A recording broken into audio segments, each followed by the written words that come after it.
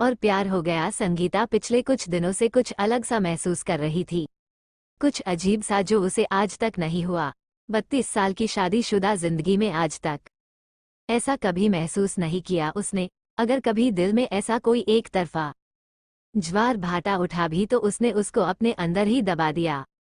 यही तो था उसकी जिंदगी का सच, जो बंद आंखों से भी वो अपनी 31 साल की शादीशुदा जिंदगी को फ्लैशबैक में जाकर किसी फिल्म के दृश्यों की भांति देख रही थी।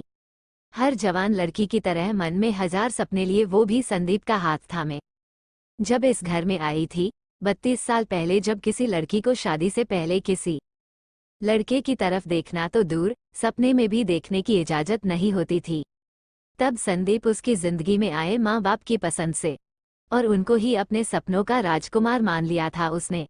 लेकिन हर बीतते दिन के साथ वो अपनी आंखों के सामने ही अपने सपनों को चकनाचूर होते देखती रही। संदीप तो उसके सपनों वाले राजकुमार से बिल्कुल अलग थे। वो एक आदर्श बेटा थे, पति भी थे और अपने बच्चों के आदर्श पापा भी। लेकिन वो कभी संगीता के दोस्त नहीं बन पाए, नहीं कभी प्रेमी बने जिसके उसने सपने देखे थे। 31 सालों में वो कभी 31 मिनट भी एक साथ नहीं बिता पाए थे, क्योंकि संदीप तो हमेशा अपने बिजनेस और अपने यार दोस्तों की दुनिया में ही मगन रहते थे। उनकी पत्नी सिर्फ पत्नी थी, जिसकी भावनाओं से उन्हें कोई सरोकार नहीं था। संगीता उनके मुंह से प्यार के या तारीफ के दो बोल सुनने को तरस जाती थी। कई बार तो जानबूझकर किसी काम में देरी कर देती कि शायद थोड़ा डांट ही दे, लेकिन पता नहीं वो किस मिट्टी के बने थे। और आज जब लॉकडाउन को 45 दिन हो चुके थे, दिन रात दोनों साथ रह रहे थे। बच्चे तो अब साथ थे नहीं।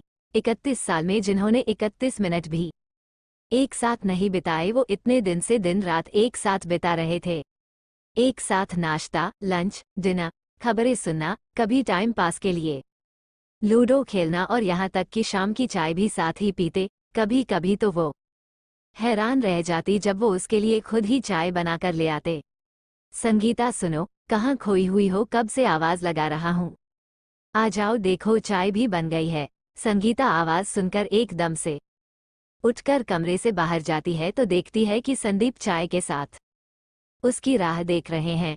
आ जाओ, बैठो, गर्म गर्म चाय पियो, मुझे तुमसे कुछ बात भी करनी है। संगीता सुनो जी, मुझे भी आपसे कुछ बात करनी है। अच्छा पहले तुम बताओ।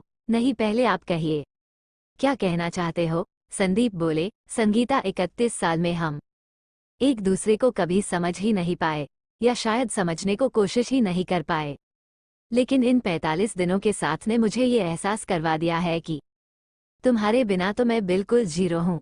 तुम्हारा आसपास होना ही मुझे पूर्ण कर देता है। तुम हो तो मैं हूँ, तुम नहीं तो मैं कुछ भी नहीं। अब जाके एहसास हुआ है कि इस रिश्ते की अहमियत क्या होती है। क्या तुम मुझे माफ कर सकोगी? शायद ये कहने में मैंने बहुत देर कर दी, लेकिन सच में सुनीता, मुझे अब तुमसे प्यार हो गया है। संदीप ने संगीता के हाथ को अपने हाथ में ले लिया और बोले, अच्छा अब तुम बताओ, तुम क्या कहना चाहती हो? संदीप की बातें सुनकर संगीता की तो जैसे बोलती ही बंद हो गई थी।